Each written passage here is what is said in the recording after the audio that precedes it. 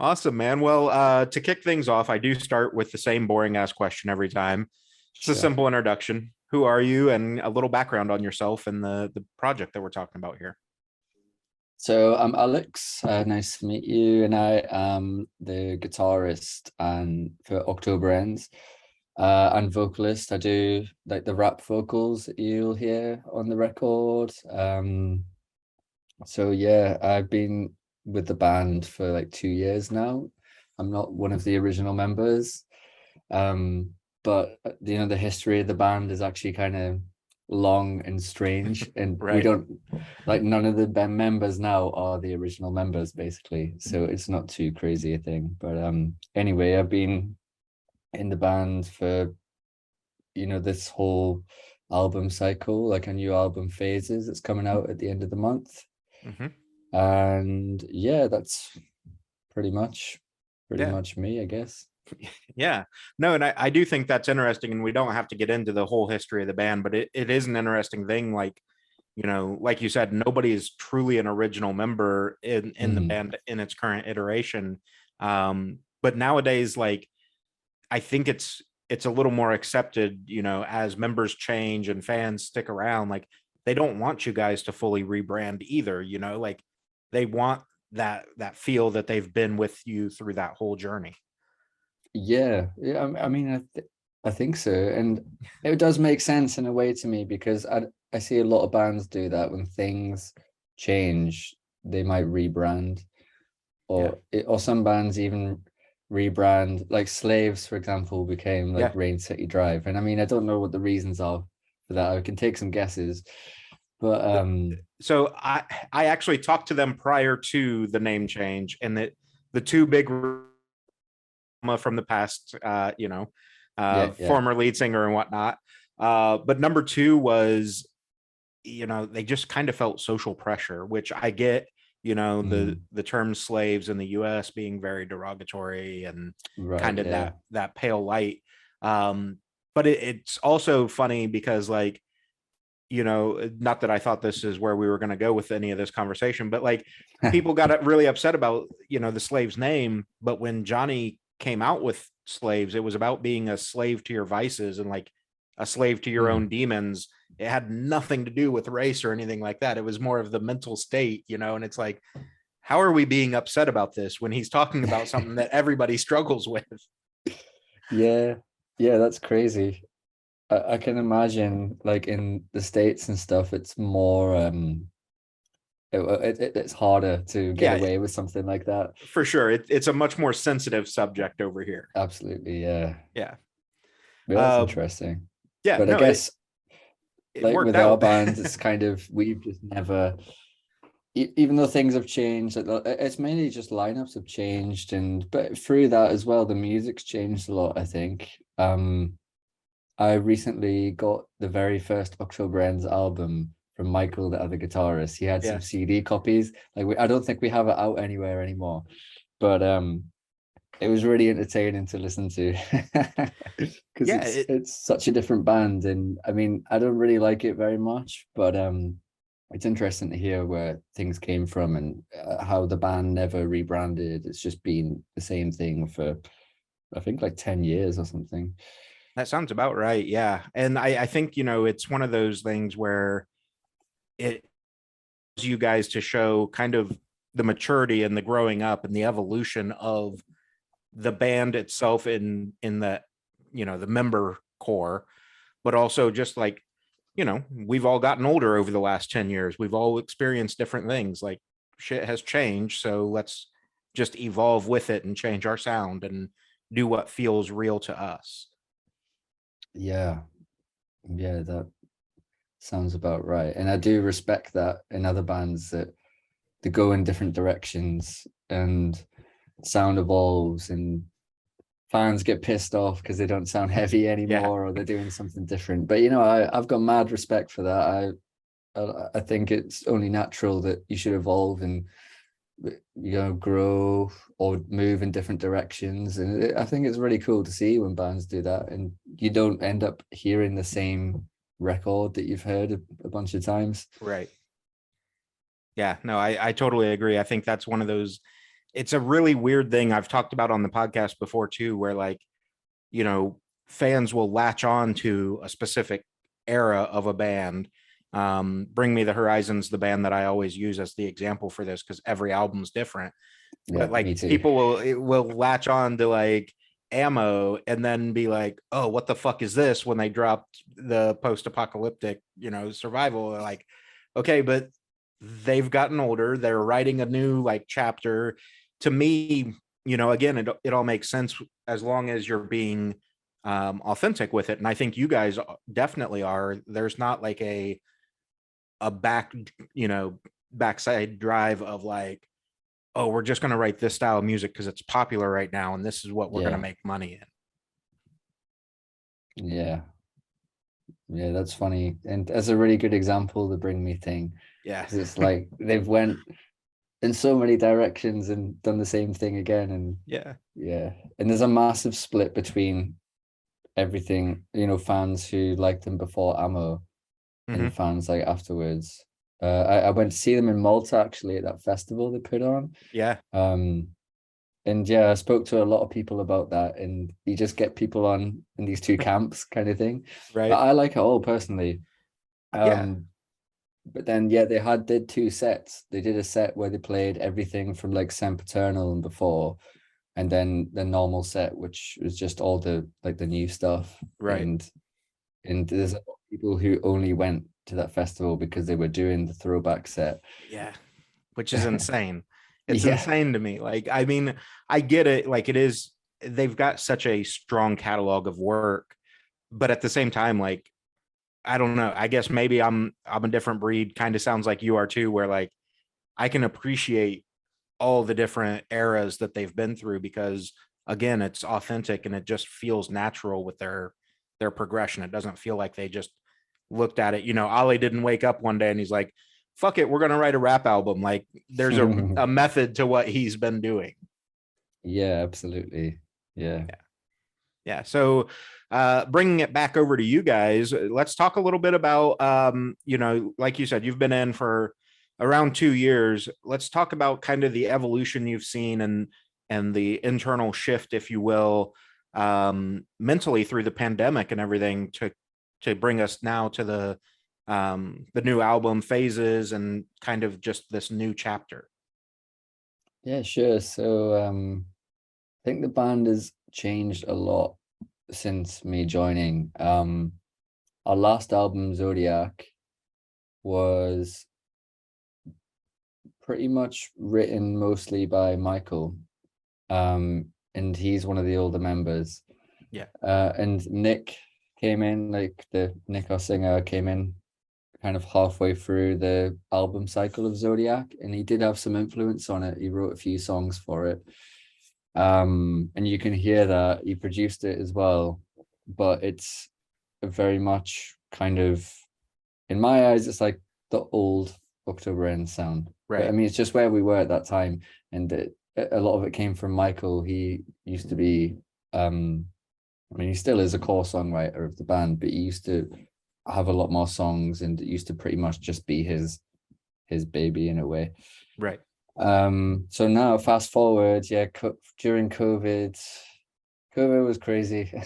It was crazy for me personally, and I mean, I was in an old band, another band called Alto Stratus with the bassist Drew, and it was like a instrumental, like tech proggy thing. Yeah. And then yeah, because of COVID, it kind of put strain on that, and then ended up connecting with the October Ends guys and joining. And you know, since then, me and Nick have kind of done teamed up really well, and we've been writing most of the stuff you'll hear on Phases. And it was just really nice because I'd never worked with somebody else who where it was so easy to like write songs together, Yeah. and we just had a great chemistry. And you know, he likes my ideas, he likes his ideas. We have kind of almost like a shared vision, so it's quite easy to write together and write things that will complement our ideas. Yeah.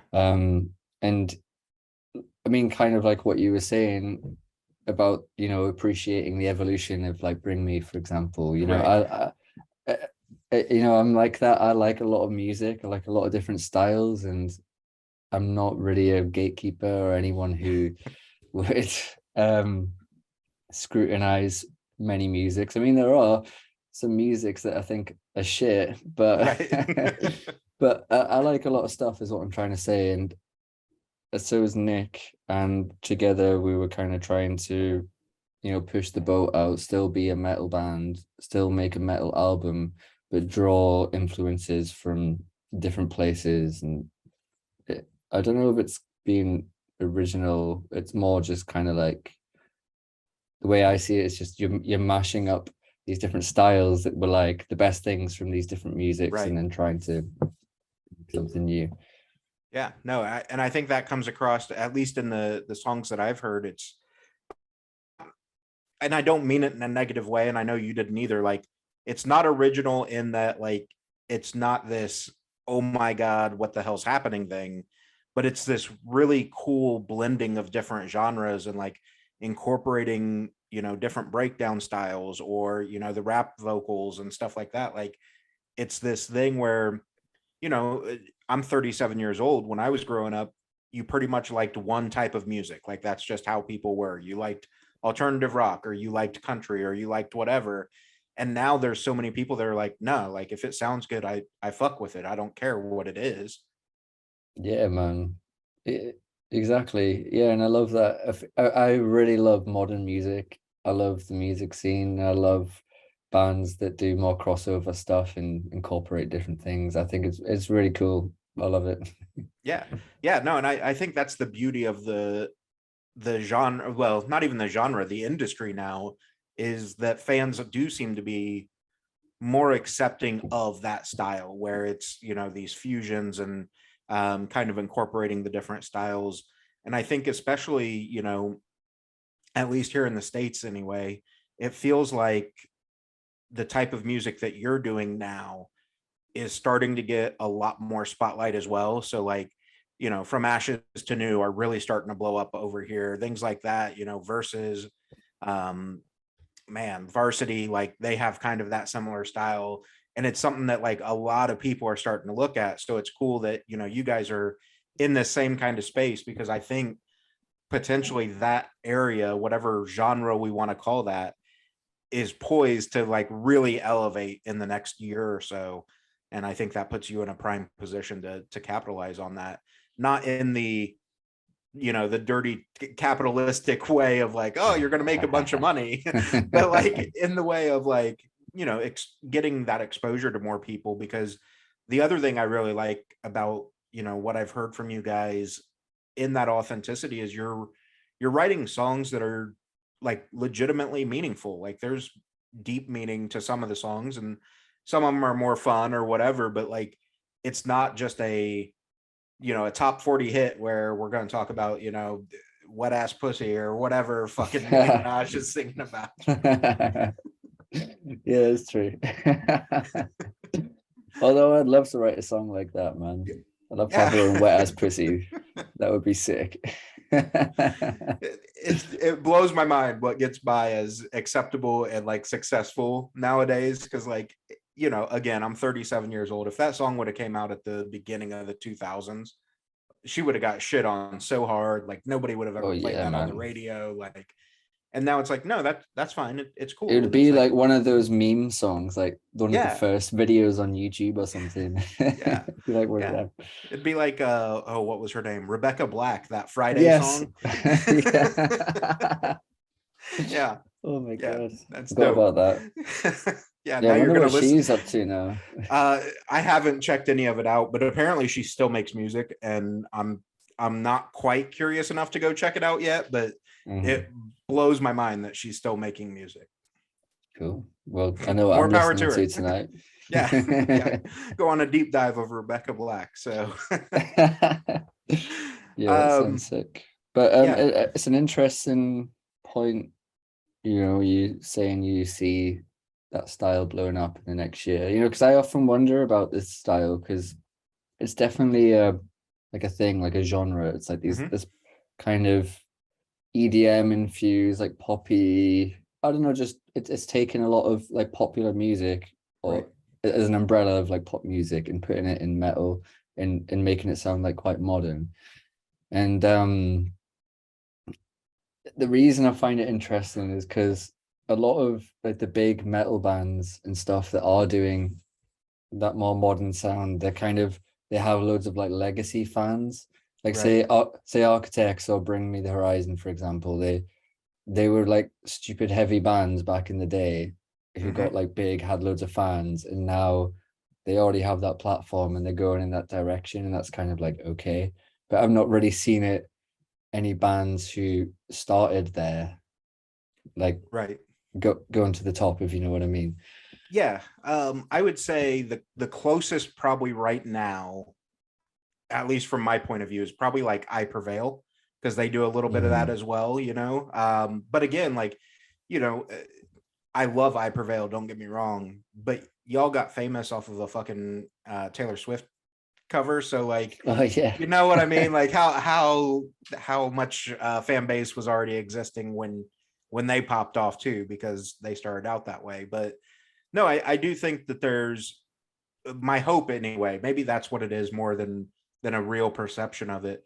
But I guess my hope is that with bands like Architects, Bring Me, even I Prevail, like my hope is that their fan base starts looking at it as a legitimate genre and then start seeking out the bands like you that are doing it, you know, kind of from scratch that way, Yeah.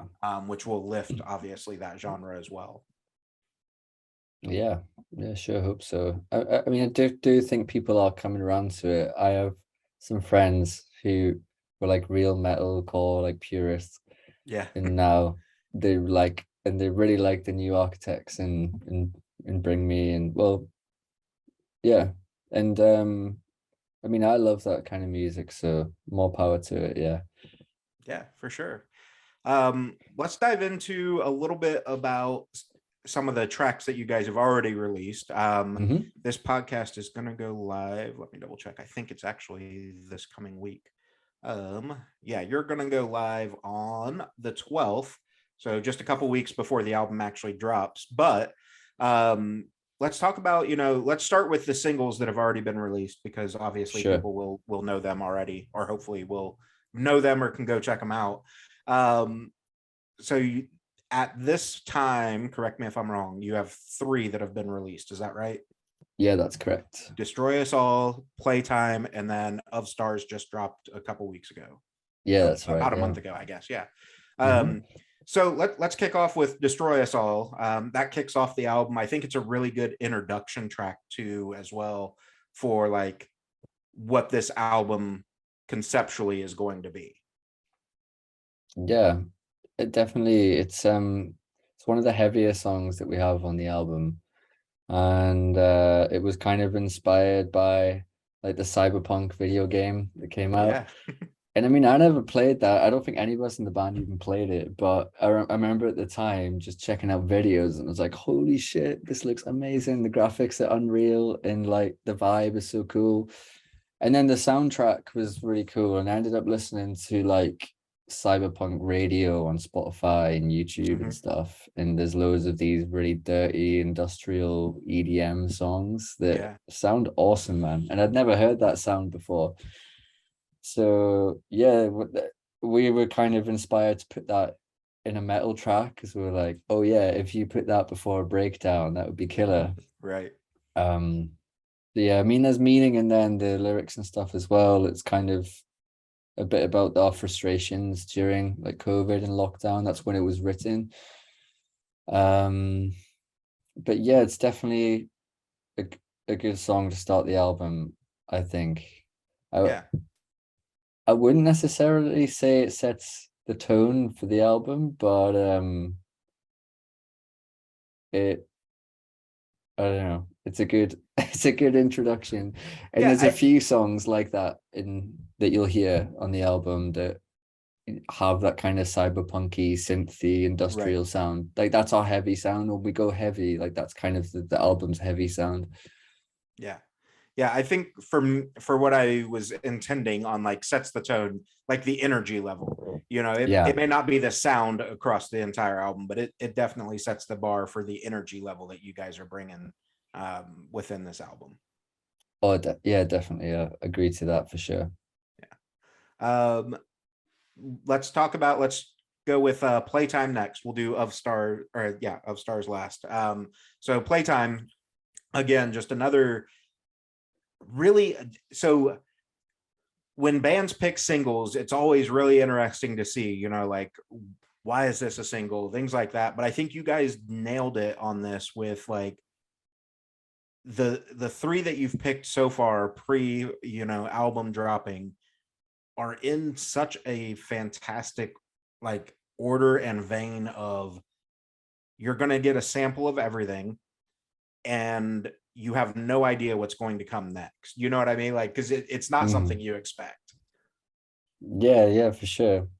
It definitely isn't something you expect. And some of that was on purpose, that we would have a Destroy Us All as a single, because it's closer to what we've done in the past. Mm-hmm. And but then Playtime, yeah, it's kind of, it is quite different. I mean, it is heavy, Right. and it's really cool. And I love like the trap sound. That's kind of something we've been leaning into more, and like I love that, the dark trap sound for like verses especially. It's super cool. But yeah, in regards to kind of what we chose, it's interesting because it isn't just us, the band, that decides. There's Right. like the label, our management, and at least for me and most of the band, we're quite like chill, and we liked pretty much all of the songs that we had for Right. the album. So we kind of just let the in a way let the label and management lead the way on what we were going to use. Right. um but I think it's turned out really good, because we've got like these singles that kind of hint to what the album's going to contain, and they are very different, and they're quite what's the word, yeah, they're quite diverse and show off what the album's kind of going to be about. Yeah. Yeah, for sure. And I was going to touch on the label in a little bit anyway, but we can jump into it a little bit here. Sure. UNFD is an incredible label. And I think, to your point with a lot of like casual listeners probably don't realize like what goes into selecting a single and who has say and things like that. But I find it interesting, but also like it makes a ton of sense that you say you guys are laid back, so you kind of let them make some of those calls, because UNFD like has been on the fucking forefront of music for so long with bands like Era, Hollow Front, Banks Arcade. You know what I mean? So like Yeah. they've got so many unique bands and they've done so well with their singles or even just their album cycles and whatnot, that I think it's, I don't want to say it's like I don't want it to sound like I'm saying that it was the lazy way out, but I think it was the smart way out to let them kind of have a lot of that say, because they've got that track record. They know what's going to potentially pop off really well. And they're one of those labels that I personally, most of their rosters fucking incredible. Honestly, Yeah. all the roster is incredible. I just don't listen to the whole roster. But no, like I think the thing with them for me is that they don't fucking handcuff any of their artists. Like you guys can come to them and be like, "Hey, we've got this idea," and they're probably going to say, "Okay, we'll test it out. We'll see if that works. If not, or maybe help guide you back within a little bit." But they don't go, "No, your next album is a country album." Period. Yeah, absolutely. They're totally like that, and they've given us a lot of freedom on this album, even down to like the videos. We um uh, uh, maybe you're aware already, but yeah, we do all the videos ourselves. Mm-hmm. We don't have any other external video directors or editors. Like Nick pretty much directs and edits the videos, and then we kind of organize the shoots and do the production ourselves.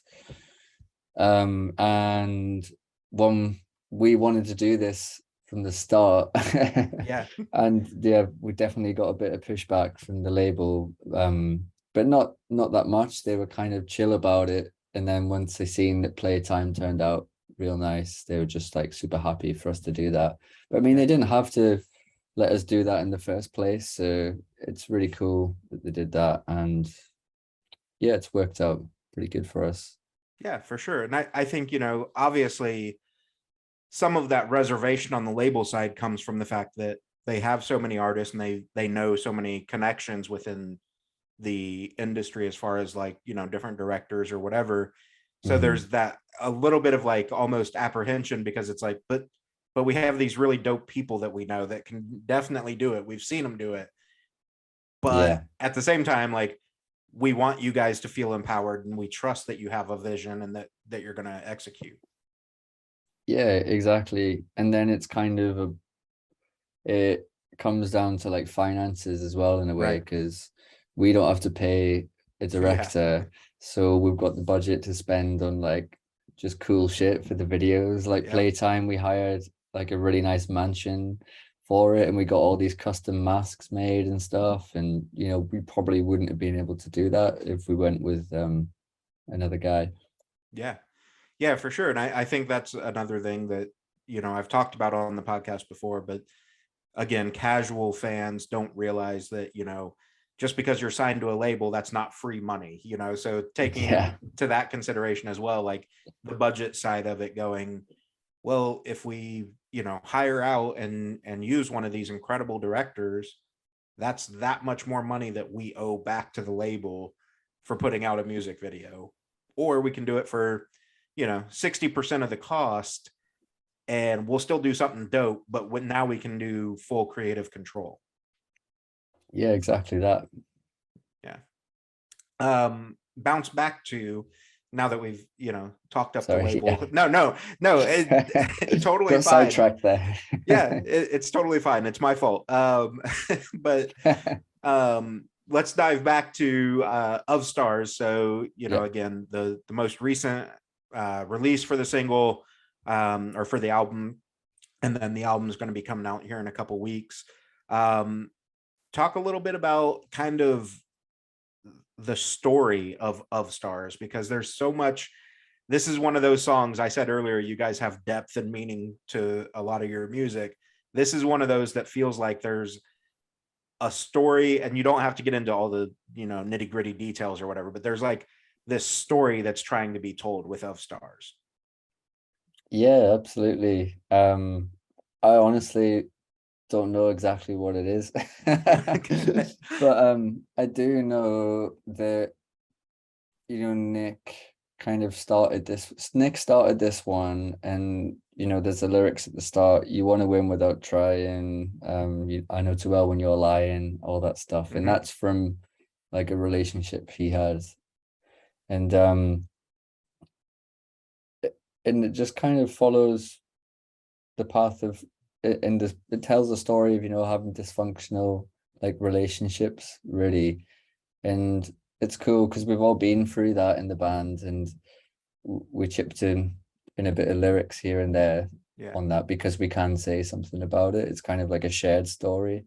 Some of the more specific things are like Nick's story, but there's other parts that are more shared. And yeah, it's I like the songs like that where they're quite personal, and they're Right. probably relatable as well, because I mean, I bet tons of people have been through fucked up relationships. Like, we don't live in like a fairy tale land where Right. it all works out. So yeah.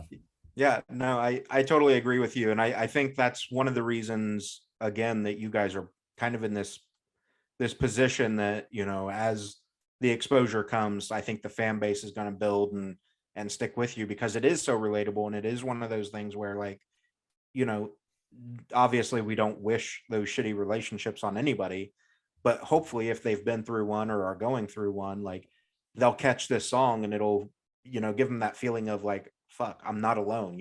Other people have made it through this. I can get through this as well. Yeah, absolutely. And I mean, for me, I love sad music, and Yeah. because it's kind of like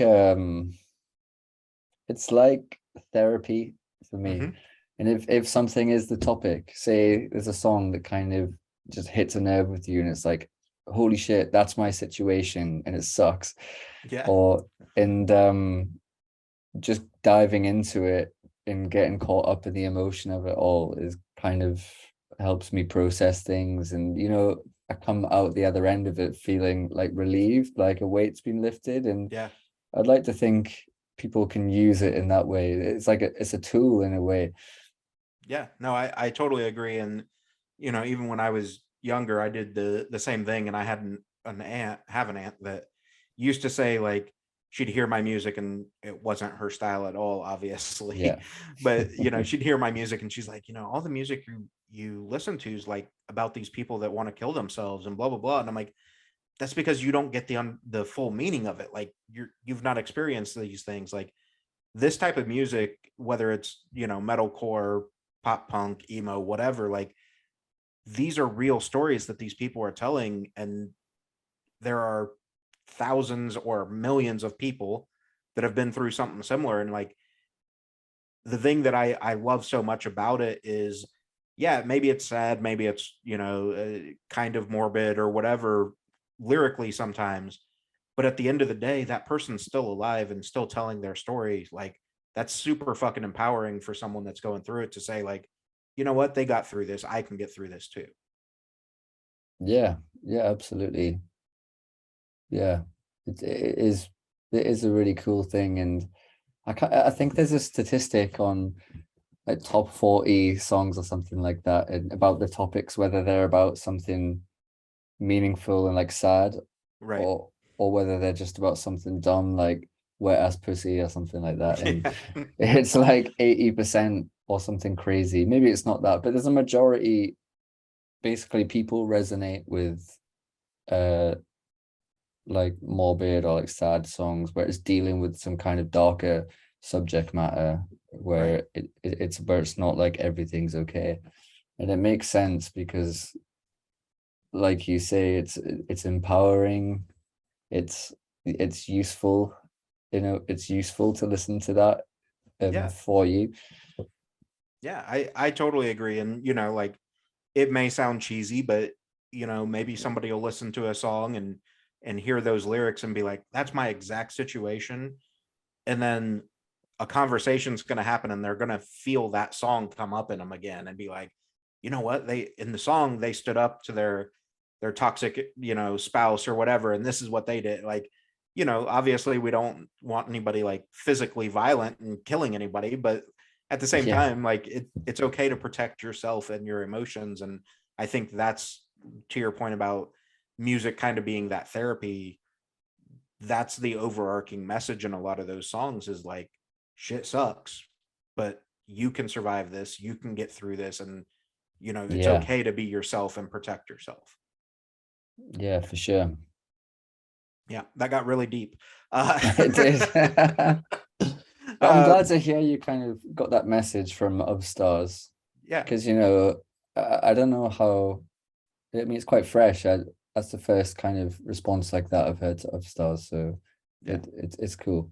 Yeah, hopefully it's hitting, a lot of fans that way too, because I think it is a really powerful message, and hopefully empowers a lot of people to kind of, again, we're not saying like evaluate all your relationships and cut ties or whatever, but like, if you're in a shitty situation, like, maybe you need to evaluate it. Does the good outweigh the bad, or is it Yeah. time to find a way out? And I think that's a powerful thing. um so album's getting ready to come out. Like I said, it's going to be about 2 weeks after this goes up.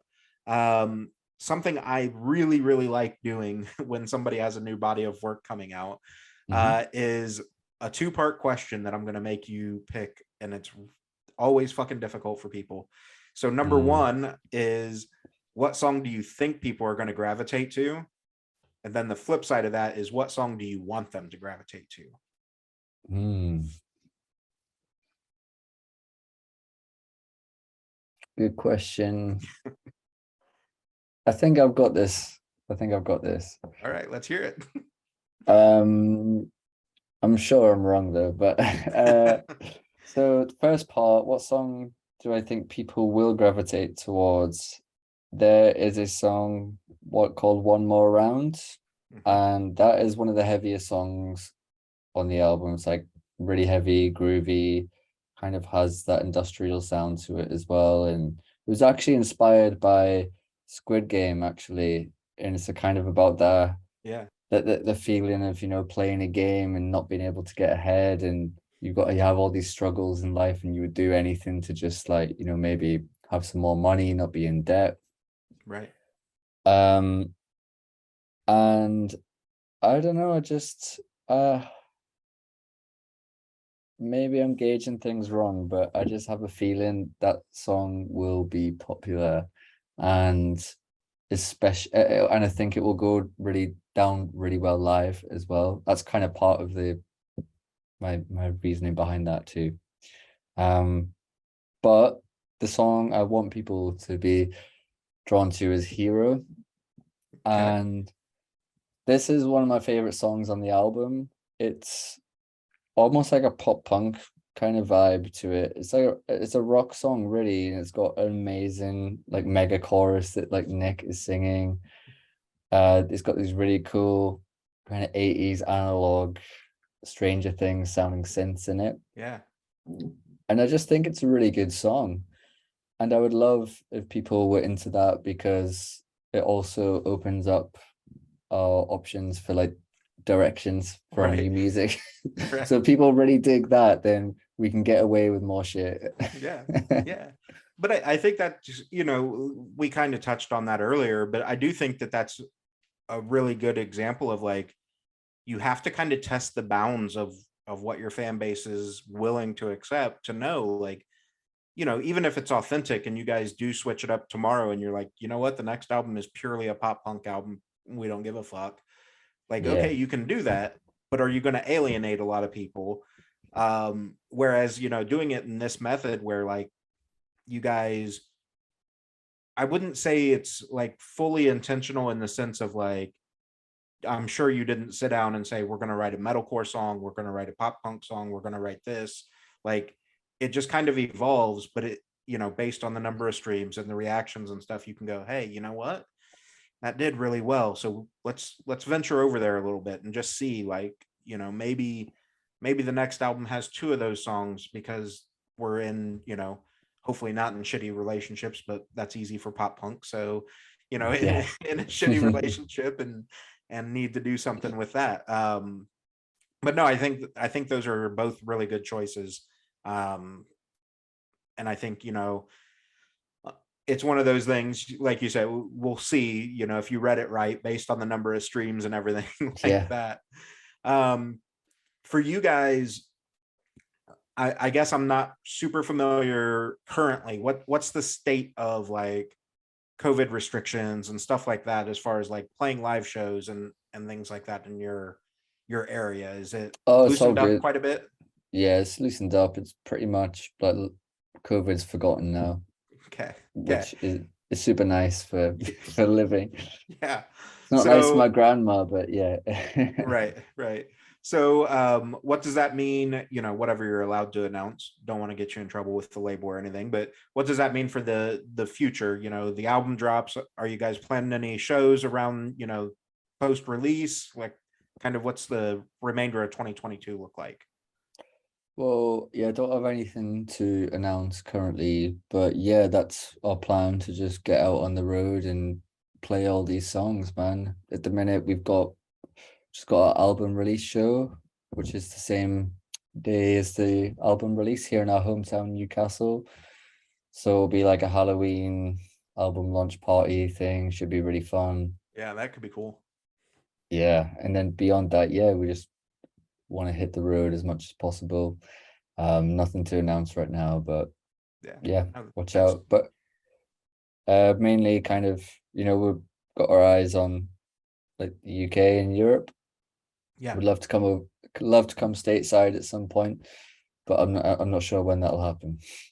No, and I totally get that. And I actually just had an artist on not too long ago from Australia, and we were talking about, the thing that fans don't really realize is how fucking expensive it is to travel overseas. Like, it's not just like a vacation. You buy a fucking plane ticket and you're good. Like, you guys have Yeah, to do fucking work visas for a certain amount of time, and then you have to ship all your fucking gear. Like, it is a yeah, fucking big bill to get over the seas to play shows for 30 days or whatever.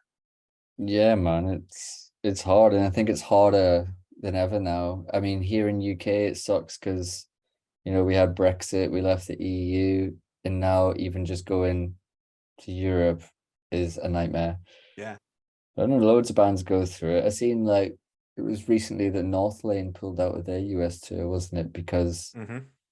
of visas. And I think they'd been doing everything right with like the embassy in Australia, but it just never got sorted. So they Yeah. didn't go. Yeah. No, and that's the crazy thing is, it all varies. I don't know all the rules on it, obviously, but like it varies depending on, like, there's an application if you're only going to be over here for 30 days, but there's a different application if it's going to be 60 days or whatever, you know what I Right. mean? Like, there's time Yeah. windows. So like you have to look at the tour mapping and stuff and go, okay, are we putting in the right application? Is this the right thing? And obviously the label can help with a lot of that because they've done it for so long as well. But it's one of those things that I say it, especially now post COVID, that if your favorite band is a foreign band, especially if they're a foreign band, I should say, and you have the opportunity to see them in your area, fucking go, because it took a lot of work for them to get there. Yeah, it's a really good way to look at it because they did. Yeah, you should totally do that. Yeah. But it's so frustrating when, I literally just saw somebody post this the other day. Yours truly, I think it was for the Yours Truly Mhm. show.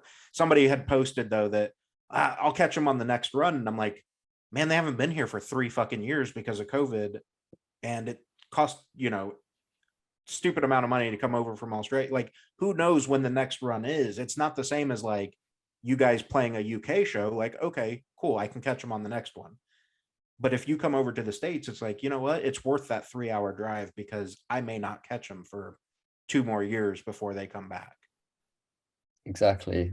Exactly. And I've been stung with that before because I remember when I was a teenager, I loved like Pendulum, Mm-hmm. uh, and I had a ticket to see them, but I didn't go because it was in another city and I didn't have anyone to go with me. So I didn't go, and then they like split up, Yeah. and that sucked. But but I did get to see them a couple months ago actually because they're doing stuff again, and I Right. didn't even know they were playing. I was at the festival over here, and they were like the secret band. Yeah. So finally got that back, but I was devastated about that for years. But and that's the thing. Like, you got lucky to see them again, or Oh yeah, to get the opportunity to see them again. There's so many bands that when they, oh, we're just going on hiatus, but it's a true breakup, or again, like, there's just so many opportunities going overseas that it's like, it may yeah, be hard to get you guys here the first time. Why would I blow the chance to see you this time and hope that you get back? Like, who knows? God forbid yeah, anything serious happens, but even just from a travel standpoint, who knows when you're going to be back? yeah, exactly. So many things. And then, I've been thinking about that a lot recently actually, and like set lists Mm-hmm. because there's some bands that I used to love, but I don't dig the new albums as much. And I kind Right. of regret not seeing them back then because I'm never ever gonna get to see a set, which is like those songs again, Yeah. because they're forever kind of in the new album cycles. Yeah. And I don't know, I've been thinking about that a lot. So if there's a band now that I really dig what they're doing, I'm just gonna go and see them as much as possible. Like North Lane's new album is like my favorite album of the year. I It's think it's so good. amazing. Yeah, it is so good. And they're like doing their own thing and it sounds fucking awesome. So I've got tickets to see him already next year, but I'm thinking about going to see them again in like Germany too. Yeah. Because I love it so much. Yeah. No, and that's the thing. Like, I think, you know, I don't want to put anybody down like from a casual fan or whatever, like, but there are bands that I have done that exact same thing. You know, I live in Indiana in the States, and I'll travel to like Ohio, Michigan, Illinois. Like I will go like a 6 to 8 hour window around me if that's the closest that they get, but it's the first time they've been here in, you know, a year or whatever. Like I'm gonna figure out a fucking way to go now because I'm the same way. Like I don't want to be like, give it 6 more months. They'll do a Midwest tour. Maybe they won't, you know, who knows? Yeah, man. Yeah, I respect that though. It's cool Yeah. traveling for gigs, and yeah, it is a commitment, but it's worth it. It really is. And you know, not to sound cheesy, but let's be honest, there's nothing better than live music. You know what I mean? Like I've I can think of Yeah. everything else I've done in my life, and I'm like, you know what? Never as happy as I am when I'm at a show. You know what I mean? Like it's just a different energy. Yeah, totally, man. Like nothing else really matters. You're in that moment at the time, and yeah, it's fucking awesome. Yeah, it really is. Um, so let's do this hypothetical as we kind of come to the wrap up point here. Since you don't have anything specific to announce yet as far as tours, in a perfect world for you, what would that tour package look like if you were to set out in, let's say, 2023? You get to go out on tour. What does that tour package look like for you? Good question. North Lane's got to be on there, right? Like, Yeah, yeah, for sure, man. Like I want to, yeah, I'd love to be playing with North Lane. Absolutely. Just and getting to go to some new cities. I mean, I'd love to do, I've never done an EU run before. So even just doing that, yeah, I would love it. And yeah. I mean, there is a bill that that Europe tour, the North Lane one I was telling you about, is like Mhm. Architects, North Lane, Sleep Token. Yeah, that'd be And a sick dude, tour right there. yeah, man, that's my dream tour. I want us to be on that tour. Yeah. Yeah. Just open up for that and then be able to watch it every night of that tour. Fuck Perfect. yeah, Perfect. perfection. Awesome, man. Obviously I'll link all the socials and stuff, but where can people find you guys online? What's the best way to interact with y'all? Quite active on like Instagram, TikTok, and Facebook really, but I'd say Instagram's the best place to kind of reach us. I'm checking like the socials and messages and stuff most days, so you know, feel free to even shoot a message if you like, and I'll probably reply. Awesome. Awesome. Um, that's everything I've got for you on this one. I'm sure we're gonna have more talks in the future. Especially, you know, when you come to the States. I'm manifesting it now. When you come to the States, I will see you and we'll hang out and do another episode live and in person. Yeah, Um, man. but yeah, no, loving what you guys are doing. Really dig this new sound, the evolution and everything. So you know, I'll be posting about you guys as much as I can, and hopefully bringing some ears for you.